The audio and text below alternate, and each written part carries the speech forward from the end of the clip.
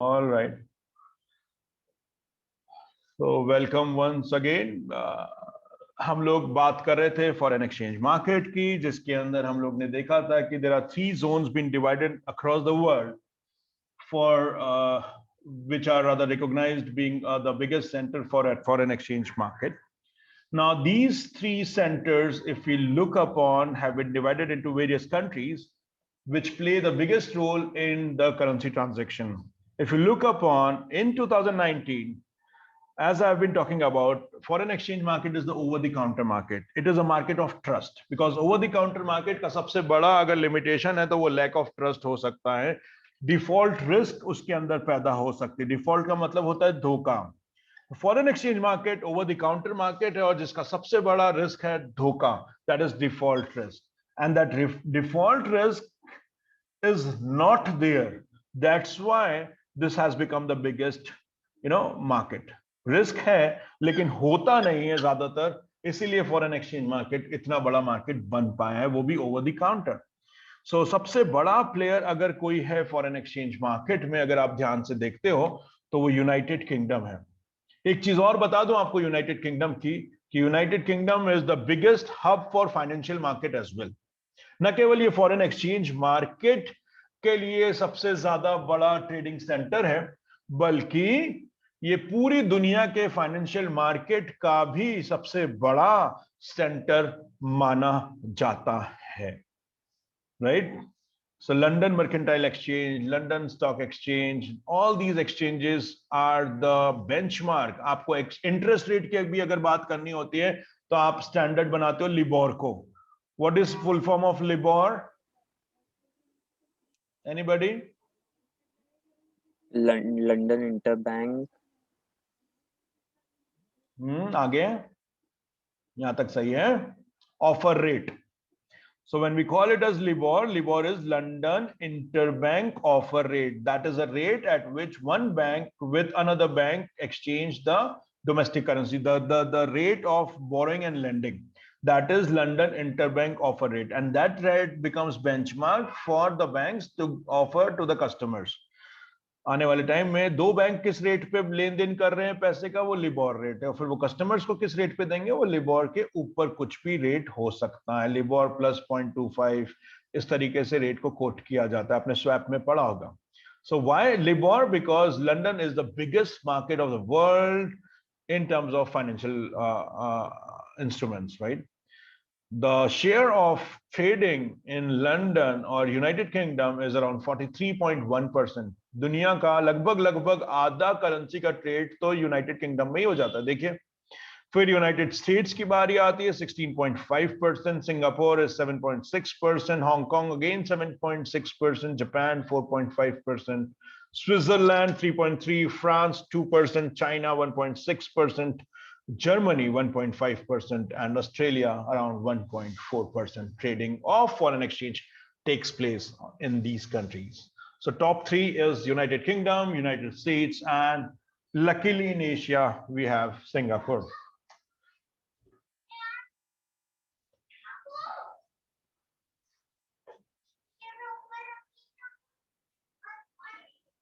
Now if you look upon the pairs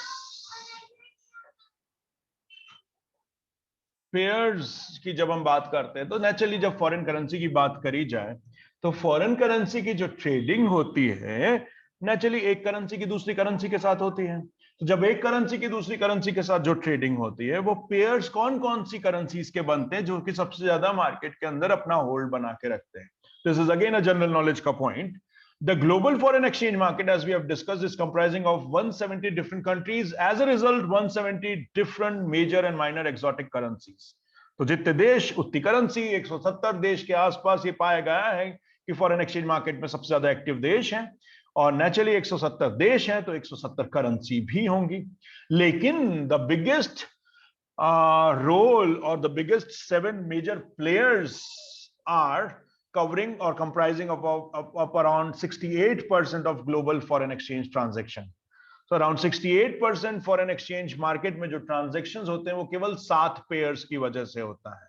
और वो 7 pairs कौन कौन से हैं? वो है US dollars and euro, comprising around 24% of trade. US dollars and Japanese yen, 17.8% trade in foreign currency market.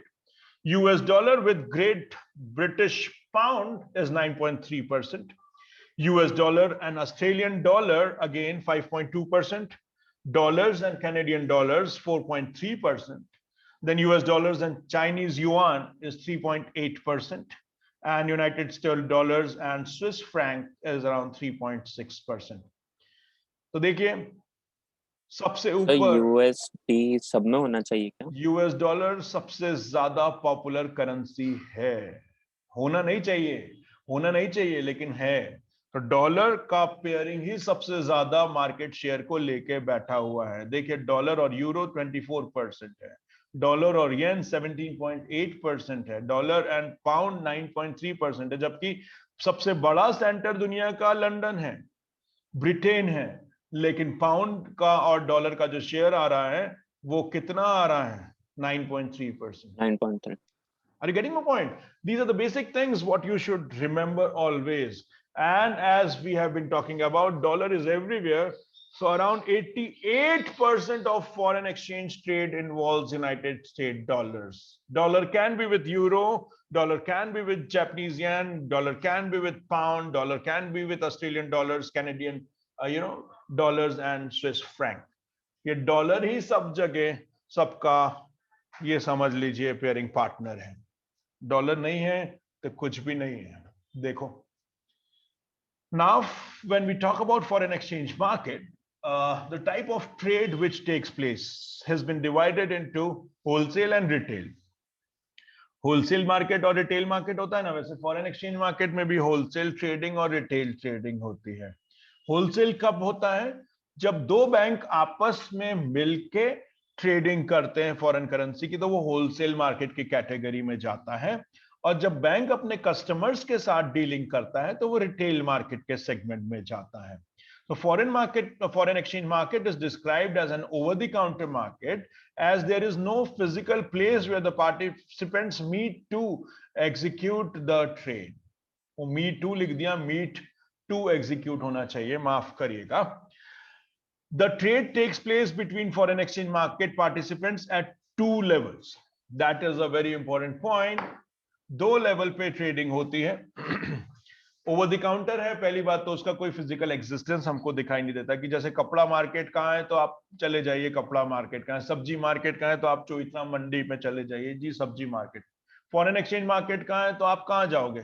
कोई जगह ही नहीं है, वो मोबाइल पे और कंप्यूटर पे चलता है। सबसे बड़ी बात यही है। लेकिन उसके अंदर भी जो सबसे बड़े बड़े प्लेयर्स होते हैं उसमें सबसे पहले आता है बैंक्स का नाम, क्योंकि बैंक के बिना हम लोग फॉरेन एक्सचेंज के अंदर डीलिंग ही नहीं कर सकते। एक चीज ये समझ लीजिए, तो दो बैंक जब आपस में ट्रेड करते हैं तो that is a wholesale segment, and around 87% of trading volume is because of the wholesale segment in the foreign exchange market. And remaining जो मल्टीनेशनल कंपनीज हैं, बड़ी बड़ी कंपनीज हैं, रिटेल, उनको रिटेलर्स कहेंगे हम लोग, they go to the bank and then they trade for the currencies that comprises around 13% of the market only. So see the difference, the huge difference. तो जब कस्टमर्स ही हैं वो 13% हैं और जो बैंक्स हैं वो 87% ट्रेडिंग करते हैं। Wholesale is a very high because such wholesale trading is a speculative trading और आर्बिट्रेज ट्रेडिंग। अब यहां पे दो चीजें और समझ में आ रही हैं। होलसेल वॉल्यूम इतना ज्यादा क्यों है? तो ये इसीलिए है, या तो स्पेकुलेशन होता है या आर्बिट्रेज होता है। आर्बिट्रेज का मतलब मालूम है आपको? Anybody, what is arbitrage? Risk free opportunity to earn. So how do you get risk free opportunity of earning? How can you go for arbitrage? कैसे होगा बताओ एक एग्जांपल। अगर कोई चीज दो जगह अवेलेबल है और वहां पे थोड़ा सा प्राइस डिफरेंस है, बहुत मिनिमल, बट वो रिस्क फ्री ऐसे कि आप at the same time you can carry on with the transaction. Exactly, Nilesh. Very good. The point is there are different types of arbitrage. ये जो नीलेश बात कर रहे हैं वो ज्योग्राफिकल आर्बिट्रेज कहलाता है। ज्योग्राफिकल आर्बिट्रेज का मतलब ये होता है कि एक ही चीज दो अलग अलग मार्केट में अलग अलग प्राइस पे मिल रही है। तो जिस मार्केट में वो सस्ती मिल रही है हम वहां से खरीदेंगे, और जिस मार्केट में वो महंगी मिल रही है हम वहां पे बेचेंगे। फॉरेन करेंसी मार्केट में ऐसे सॉफ्टवेयर लोगों ने बना दिए हैं, क्योंकि 24 आवर मार्केट का ट्रेड है, दुनिया के एक कोने में कुछ भाव चल रहा होगा, कभी दूसरे कोने में दूसरा भाव चल रहा होगा, and everything is online. So ultimately क्या होता है, ऐसे ऐसे सॉफ्टवेयर बन गए कि जैसे ही प्राइस का डिफरेंशियल समझ में आया, सॉफ्टवेयर क्या करता है कि एक जगह जहां पे सस्ती करेंसी मिल रही है वहां से खरीद लेगा, और जहां पे महंगी मिल रही है वहां पे वो बेच देगा। That is called as arbitrage, right? On the other side, there can be arbitrage across time as well. Future आपने अगर जिन्होंने पढ़ा है, फ्यूचर और ऑप्शंस जिन्होंने पढ़ा है, सो यहाँ पे जब प्राइस का डिफरेंस होता है तो स्पॉट और फ्यूचर के बीच में अगर प्राइस का डिफरेंस अलग हो जाए, जो नहीं होना चाहिए वो हो जाए, तो आर्बिट्रेज अपॉर्चुनिटीज होती है। उनका नाम अगर मैं लूं तो आपने cash and carry and reverse cash and carry arbitrage पढ़ा होगा। So that is arbitrage, which is actually called as arbitrage across time. But which is the most common arbitrage is the geographical arbitrage for a common man. But for finance students, the important arbitrage which can make them earn is cash and carry and reverse cash and carry as well. जब हम foreign exchange market की बात करते हैं तो दोनों type के arbitrage हो सकते हैं, डिपेंड करता है किस इंस्ट्रूमेंट की बात करते हैं, लेकिन ज्योग्राफिकल आर्बिट्रेज सबसे ज्यादा कॉमन हो सकता है। दूसरा इन्होंने लिखा है speculative trade. So generally what banks and other people do, if you believe that in coming time dollar की प्राइस बढ़ सकती है तो हम अभी से डॉलर खरीद के रख लेते हैं अपने पोजीशन में, तो जब बढ़ जाएगी तो उसको बेच देंगे, इसको हम स्पेकुलेटिव मोड कह सकते हैं। तो generally what most of the players do, they are into the foreign exchange market not because they are involved in export or import, rather they are just observing the price. They are expecting the price to be some maybe if it is bullish they will buy today, if it is bearish trend they will sell today, and they will acquire the currency in the later date. So if you just perceive the market and start trading because of your perception, that trade may be a part of speculative mode. So generally foreign exchange market में जो trading होती है वो तीन लोग करते हैं। एक आर्बिट्रेजर्स जो कि इंफॉर्मेशन के आधार पे ट्रेडिंग करते हैं, और इंफॉर्मेशन भी रियल टाइम होती है और इमीडिएट डिसीजन उनको लेना होता है। एक साथ दो पोजीशन लेते हैं, खरीदने की भी और बेचने की भी। क्योंकि वे खरीदने और बेचने की दोनों पोजीशन एक साथ लेते हैं, इसीलिए उसको हम बोलते हैं आर्बिट्रेज, और वो रिस्कलेस हो जाता है, राइट? दूसरी चीज की अगर हम बात करें तो वो स्पेकुलेटिव मोड की ट्रेडिंग होती है। स्पेकुलेशन का मतलब होता है एक वक्त पे खरीद लो इस उम्मीद के साथ में कि फ्यूचर में बेच देंगे, या एक पोजीशन अभी ले लो, अभी बेच दो बाद में खरीद लेना, या अभी खरीद लो बाद में बेच देना। ऐसा क्यों कर पाते हैं? अगर हमको लगता है कि आने वाले टाइम में मार्केट का भाव बढ़ जाएगा तो हम अभी खरीद के रख लेते हैं, फ्यूचर में बेच देंगे इस उम्मीद के साथ, या हमको लगता है आने वाले टाइम में मार्केट का भाव गिर जाएगा तो अभी बेच देंगे, बाद में खरीद के कॉम्पनसेट कर लेंगे। अगर आप ऐसी सोच के साथ मार्केट में ट्रेडिंग करने आते हो तो आप स्पेकुलेटिव मोड में ट्रेडिंग करते हो। और दूसरे लोग बेचारे जो होते हैं वो हेजर्स होते हैं। हेजर्स या नॉर्मल एक्सपोर्टर एंड इंपोर्टर्स, ये लोग अपनी पोजीशन को सेफगार्ड करने के लिए कि मुझे एक महीने बाद $1,00,000 मिलने वाले हैं, कहीं डॉलर की प्राइस आज 75 के हिसाब से मैंने कैलकुलेट करी है, कल को अगर वो 65 हो जाए तो मुझे नुकसान हो सकता है। तो अल्टीमेटली मैं क्या करूं, मैं अभी से ही बैंक में जाके फ्यूचर की प्राइस को फिक्स कर दूं कि भाई मेरे को 75 रुपीज के हिसाब से डॉलर फिक्स कर दीजिए। कोई भी बैंक उसको फिक्स करने के लिए तैयार हो जाएगा, डिपेंड करेगा रेट क्या चल रहे हैं। तो once you fix up the rate, just to expect that in coming time आपको प्राइस फ्लक्चुएशन से नुकसान ना हो, तो उसलिए आप ट्रेडिंग करते हो, तो आप हेजर कहलाते हो। तो या तो आप इमीडिएट बाइंग एंड सेलिंग कर रहे हो, या आप हेजिंग करने के लिए फॉरेन एक्सचेंज मार्केट में आ रहे हो, या आप स्पेकुलेट करने के लिए फॉरेन एक्सचेंज मार्केट में आ रहे हो, या आप आर्बिट्रेज करने के लिए फॉरेन एक्सचेंज मार्केट में आ रहे हो, या फिर आप नेचुरली कैपिटल इन्वेस्टमेंट कर रहे हो, तो एक जगह से दूसरी जगह जाके आप उसको इन्वेस्ट कर रहे हो, इसलिए करेंसी ट्रेडिंग के अंदर आप आ रहे हो। लेकिन जो टाइप्स ऑफ प्लेयर हैं वो तीन टाइप के होते हैं। पार्टिसिपेंट्स जो होते हैं वो या तो होलसेल में करते हैं या रिटेल में करते हैं, लेकिन जो प्लेयर्स पार्टिसिपेंट बन के आते हैं वो स्पेकुलेटर भी हो सकते हैं, वो आर्बिट्रेजर्स भी हो सकते हैं, और वो नॉर्मल ट्रेडर्स जो हेजर्स कहलाएंगे वो भी हो सकते हैं। So you have understood The major wholesale segment is being covered by speculators and arbitrageurs most of the time, and remaining 13% of the markets are for retail segment. Currency trading is a profit center for large banks. जैसे banks का business होता है कि loan लेना और पैसा जमा कराना, बैंक्स का बिजनेस करेंसी में भी इन्वॉल्व होता है. करेंसी ट्रेडिंग की वजह से उनको कमीशन मिलता है. पहली चीज, करेंसी ट्रेडिंग की वजह से बाइंग और सेलिंग प्राइस में जो मार्जिन होता है, जो डिफरेंस होता है, स्प्रेड कहते हैं उसको, वो भी बैंक की कमाई होती है. तो currency trading is again a very important business of bank. अब आपसे एक सवाल यह है कि पता लगाइए, जब 19 देश मिलकर एक कॉमन करेंसी बना लेते हैं यूरो, या मान लीजिए हमारे सारे एशियन कंट्रीज मिलकर अगर एक कॉमन करेंसी निकालना है, तो इन बैंक्स के बिजनेस पे क्या प्रभाव पड़ेगा जो कि करेंसी से कमाते हैं. Just imagine if all the nations come together and have a common currency across the globe. सोचिए बेचारे बैंकों का क्या होगा. Just think on those lines as well. दूसरा सवाल, क्रिप्टो करेंसीज आने से फॉरेन एक्सचेंज मार्केट पे क्या असर हो सकता है. Just try to imagine that world where the whole world is using crypto currency. अभी किसी देश ने इवन क्रिप्टो करेंसी पे उन्होंने एक्सेप्ट कर लिया कि आप टैक्स भी भर सकते हो, जो भी ट्रांजैक्शन करोगे आप क्रिप्टो करेंसी में करो हमको. तो even government is accepting crypto currency in that particular देश. कौन सा देश है जरा बताओ तो मेरे को पता लगा के. ठीक है, आगे बढ़ता हूं मैं. इन सवालों के जवाब आप नेक्स्ट क्लास में मुझे दीजिएगा. Development in communication have largely contributed to the efficiency of the market. जितनी ज्यादा मार्केट एफिशिएंसी होगी, जितना आसानी से पैसे का लेन देन होगा, उतना ही ज्यादा ट्रेड होगा. तो ग्लोबलाइजेशन उतना ज्यादा बढ़ता जाएगा जितना आसानी से लोगों के पास पैसे का लेन देन होना चालू हो जाएगा. ये तो आपको भी मानना चाहिए. So ultimately the technology and the mode of communication and the transfer of fund is responsible for easy and efficient transaction of the currencies in the foreign exchange market.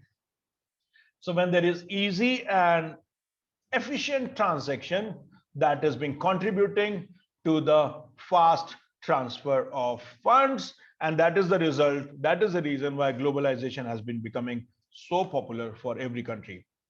Now, if you look up onto the structure of foreign exchange market covers what all dealings? It covers spot currency market, it includes forward currency market, it includes options in currencies, it includes swap currencies, that is swap in foreign currency, that includes futures currency, and that it also includes foreign trade financing and credit arrangement. तो derivative instrument सारे इसके अंदर आ चुके हैं. Spot trading इसके अंदर होती है, और साथ में फॉरेन ट्रेड फाइनेंसिंग और क्रेडिट अरेंजमेंट भी किया जाता है फॉरेन एक्सचेंज मार्केट में. मेरे को पैसे की जरूरत है, अमेरिका में पैसे की जरूरत है, डॉलर्स चाहिए, तो वहीं के वहीं डॉलर्स उधार मिल जाएंगे मुझे ट्रेडिंग करने के लिए. So that is a sort of credit arrangement which can be seen in the foreign exchange market. Foreign exchange market are the part of commercial banking activities assisting corporate clients, multinational companies to conduct international commerce. तो जितनी भी multinational companies हैं उनको अगर trading करनी है तो naturally वो बैंक के पास जाएंगे. तो फॉरेन एक्सचेंज के जितने भी ट्रांजैक्शन होते हैं वो कमर्शियल बैंकिंग एक्टिविटीज का हिस्सा होते हैं. Banks provide the service of buying and selling the foreign exchange market, foreign exchange currencies for commercial customers, that is exporters and importers, and naturally because they need to pay or they receive the foreign currency.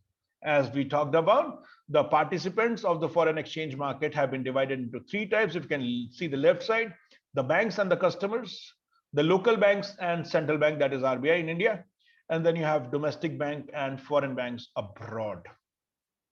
ठीक है, अब यहाँ पे एक चीज और समझ लीजिए, छोटी सी चीज है जो स्लाइड पे नहीं लिखी हुई है. एसबीआई के पास आप जाते हो कि साहब हमारा एक कस्टमर है अमेरिका में, उसको हमको डॉलर्स पे करने हैं. समझना बात को. एक इंडियन एसबीआई के पास जाता है, वो बोलता है कि हमको अमेरिका में डॉलर पे करने हैं. अब आपसे आपका बैंक पूछता है कि वो जो आपका कस्टमर है, डॉलर जिसको आपको पे करने, उसका अकाउंट कौन से बैंक में है अमेरिका में. तो आप बोलते हैं जी सिटी बैंक में है, ठीक है। तो आपके कस्टमर का अकाउंट सिटी बैंक में है और आपका अकाउंट एसबीआई में है। आपको रुपीस देके डॉलर अपने कस्टमर को पे करने हैं। तो ज्यादातर ऐसी डीलिंग्स हमेशा होती रहती है।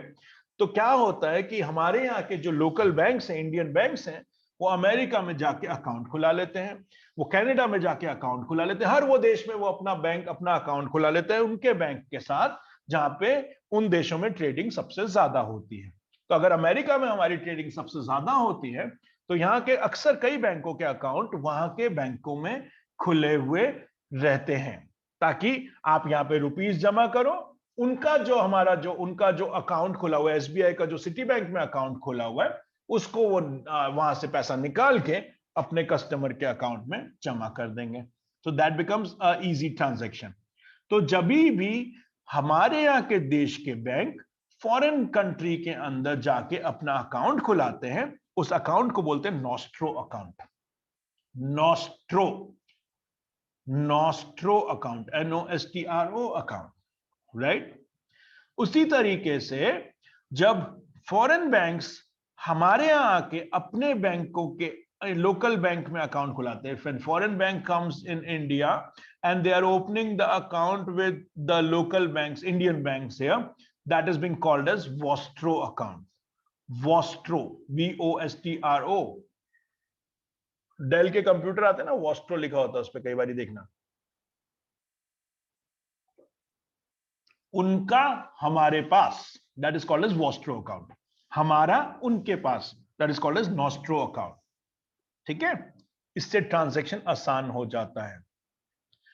कई बार ऐसी सिचुएशन भी होती है कि हम लोग किसी देश में बहुत ज्यादा ट्रेडिंग करते हुए नहीं दिखाई देते। मान लीजिए Zimbabwe, Indian people don't trade much with Zimbabweans, लेकिन फिर भी एक आध आदमी ने वहां पे, पटेल साहब गए, उन्होंने वहां पे माल बेच दिया। अब उनको जिम्बाब्वे की करेंसी मिलने वाली है, लेकिन इंडियन बैंक का कोई भी डायरेक्टली अकाउंट जिम्बाब्वे में नहीं है। तो क्या करें?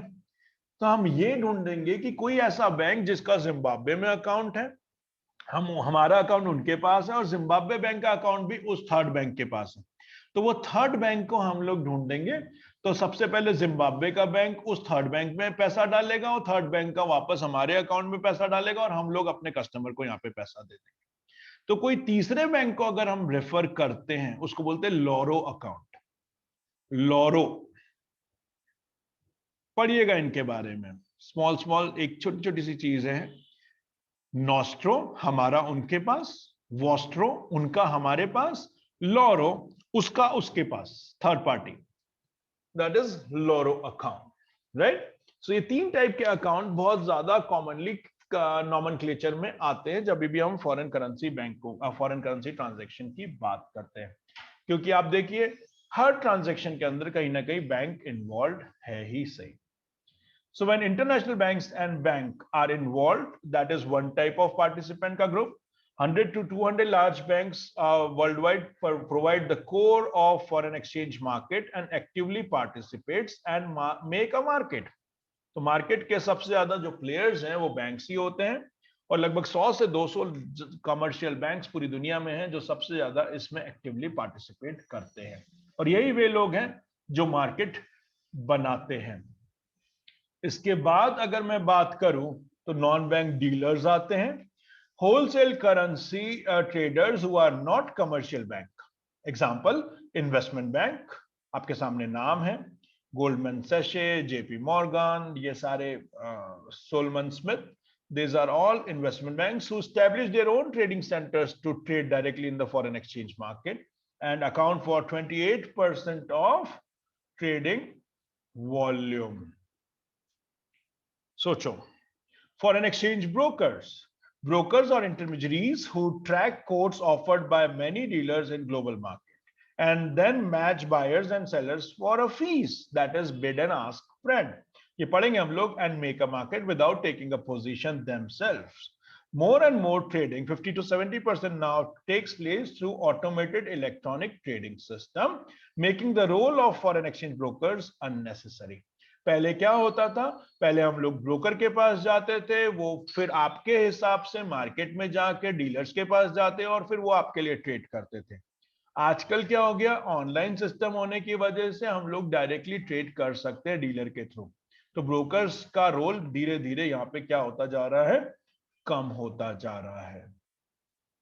Now, this trend will continue as electronic trading becomes more advanced. Central banks also are the participants sometimes. Central banks may intervene in foreign exchange market to influence the domestic currency for policy goals.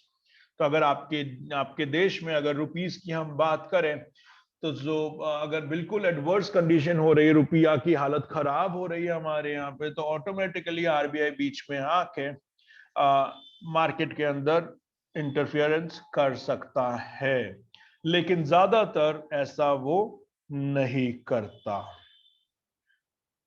Now, it is a very important thing what we need to understand now, which is the last part, transfer technology.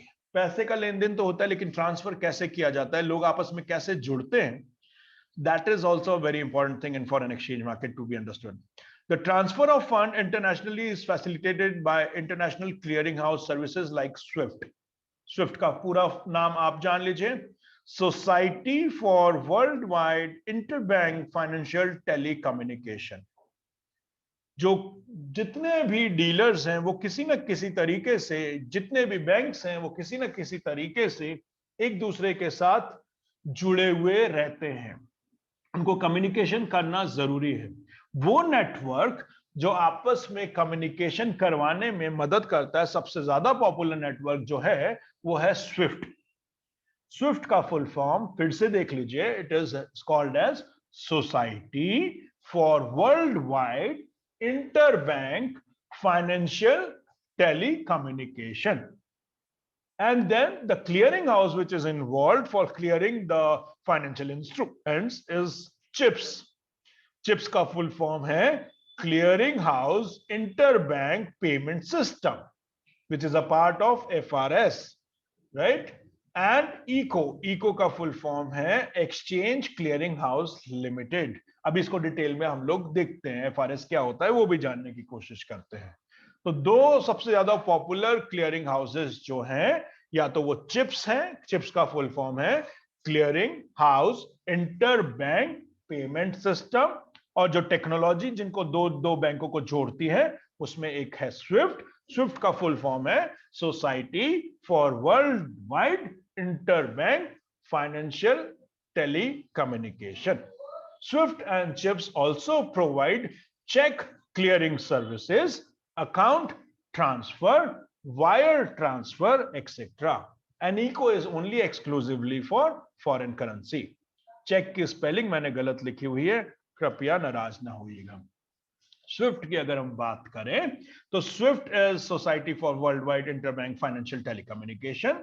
Now this is a cooperative society which is situated in Brussels, Belgium, right? इसका head office कहाँ है? Brussels में है, Belgium में। उसके बाद इनके जो ऑपरेटिंग सेंटर्स हैं वो दुनिया भर में, ब्रसेल्स में, एम्स्टरडम में, क्लब पेपर में और वर्जीनिया में है। उसके अलावा 25,000 से ज्यादा फाइनेंशियल इंस्टीट्यूशंस और बैंक्स इनके साथ जुड़े हुए हैं। मेंबर कंट्रीज इसके अंदर कनेक्टेड होती हैं, और जो suppose in India, we in India have the SWIFT का office in Mumbai, and all the different centres of India are connected to the regional processors. तो हम लोग लोकल नेटवर्क के अंदर हम लोग मुंबई से जुड़े हुए हैं, और मुंबई का जो ऑफिस है वो ब्रसेल्स में या किसी एक ऑपरेटिंग सेंटर में स्विफ्ट टेक्नोलॉजी से जुड़ा हुआ है। Banks are connected to regional processors through national network, as I have discussed right now. Swift से जुड़ने का क्या फायदा है ये भी जान लीजिए। It is reliable, it has to be reliable, it is accurate, it is giving you the immediate reply, real time है, it is having access to huge number of banks। तो सब जने जुड़े हुए तो आसान हो जाता है हमको उसी नेटवर्क पे काम करना जिस पे सारे बैंक्स जुड़े हुए हैं। स्टैंडर्ड फॉर्मेट है इसका world wide, there is no differentiation in the format, and it is automated. इसीलिए स्विफ्ट के साथ जुड़ना हमारे यहाँ पे फायदा देखा गया है। चिप्स की जब हम बात करते हैं तो चिप्स, जैसे कि मैंने आपको बताया, दैट इज क्लियरिंग हाउस. इसका फुल फॉर्म है clearing house interbank payment system. It is an electronic payment system. The owners of chips are 12 commercial banks constituting New York clearing house association. तो न्यूयॉर्क के जो क्लियरिंग हाउस एसोसिएशन को बनाने वाले 12 bank हैं, उन्होंने ही चिप्स को बनाया है और 12 कमर्शियल बैंक इसके ओनर हैं. Foreign exchange and Europe transactions are rated via chips. Settlement takes place every day among interbank in New York without physical exchange of checks and funds for each transaction. देख लीजिए, अगर exchange करना होता तो कितना time लगता. Electronically scan करके सारी चीजें हो जाती हैं, इसीलिए ट्रांजैक्शंस आसान हो जाते हैं. इसके अलावा अब छोटी सी बात और कर लें तो फॉरेन एक्सचेंज मार्केट में जो टाइप्स ऑफ ट्रांजैक्शंस होते हैं उनका नाम अगर आप देखना चाहो तो आपके सामने लिखा है. पहला लिखा है कैश ट्रांजैक्शन. कैश ट्रांजैक्शन का क्या मतलब होता है? कैश ट्रांजैक्शन का यह मतलब होता है कि मैं अमेरिका जा रहा हूं, अभी के अभी मुझे डॉलर चाहिए, मैं रुपये देने को तैयार हूं. आप किसी भी बैंक में गए, आपने वहां पे डॉलर जमा करे, आपने रुपीस जमा करे और आपको बैंक ने हाथों हाथ डॉलर दे दिए. तो वो रेट जिस पे तुरंत बैंक आपको डॉलर देने के लिए तैयार हो गया, फॉरेन करेंसी देने को तैयार हो गया, उसको हम बोलते हैं cash transaction. Any doubt in this? Clear? You go to a bank, Yes, sir. you submit the domestic currency, you get the foreign currency, or you submit the foreign currency and you get the domestic currency, whatsoever you want. So immediate, the rate, it is very important point, the rate at which immediate transfer of currency takes place is called as cash rate. फिर आता है Tom. Tom किसी अंग्रेजी बच्चे का नाम नहीं है. टॉम निकला है टुमारो से. समझ में आया? Tom is derived from the word tomorrow. Tomorrow. कई बार क्या होता है, हम किसी बैंक की ब्रांच में गए, वो छोटी सी ब्रांच है. अब जनरली ये ब्रांचेस पैसे के फॉरेन करेंसी अपने पास रखती नहीं है, तो ये क्या बोलती है, आप आज हम आपको रेट दे देते हैं, कल आप आके डिलीवरी और पैसा जमा कर दीजिए, डिलीवरी ले लीजिएगा, हम अपने हेड ऑफिस से पैसा मंगा लेंगे. तो यहां पे क्या हुआ, आपने आज बैंक में जाके फॉरेन एक्सचेंज का रेट ले लिया जिसकी की डिलीवरी होने वाली है अगले दिन, टुमारो. तो वो रेट जो कि अगले दिन की डिलीवरी के लिए बैंक बता देता है, फिक्स कर देता है अपने कस्टमर के साथ, उसको टॉम रेट कहते हैं. That is derived from the word tomorrow. Is it clear? Tom rate is tomorrow's rate. Yes, sir. Then comes 2 दिन बाद का rate. That is called as spot rate. अब यहां पे आपके मन में कंफ्यूजन हो सकता है, जिन्होंने डेरिवेटिव पढ़ा है उनके लिए स्पॉट होता है इमीडिएट डिलीवरी एंड सेटलमेंट. लेकिन फॉरेन करेंसी मार्केट में जो डिलीवरी और सेटलमेंट अगर स्पॉट रेट पे किया जाए तो जनरली एक बिल्कुल आपको थिन डिफरेंस अगर बताना है तो स्पॉट रेट होता है 2 दिन बाद का रेट. टॉम के बाद का जो रेट है वो स्पॉट रेट कहलाता है. कई बार बैंक आपको 2 दिन बाद का रेट दे देते हैं जिनको आप स्पॉट रेट के नाम से जानते हैं. टेक्निकली 11 दिन तक का स्पॉट रेट रहता है, टेक्निकली, लीगली.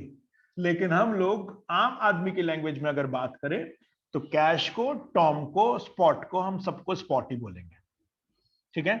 तो cash, tom and spot are all spot rate, हम लोग हमारे लिए बोलेंगे. लेकिन एकदम फॉरेन एक्सचेंज मार्केट की लैंग्वेज में बात करोगे तो they are different. Any rate after spot rate, तीसरे दिन के बाद का रेट, कायदे से 11 दिन के बाद का रेट फॉरवर्ड रेट होता है कायदे से. But anything after spot is forward rate. It can be through organised exchange, it is future.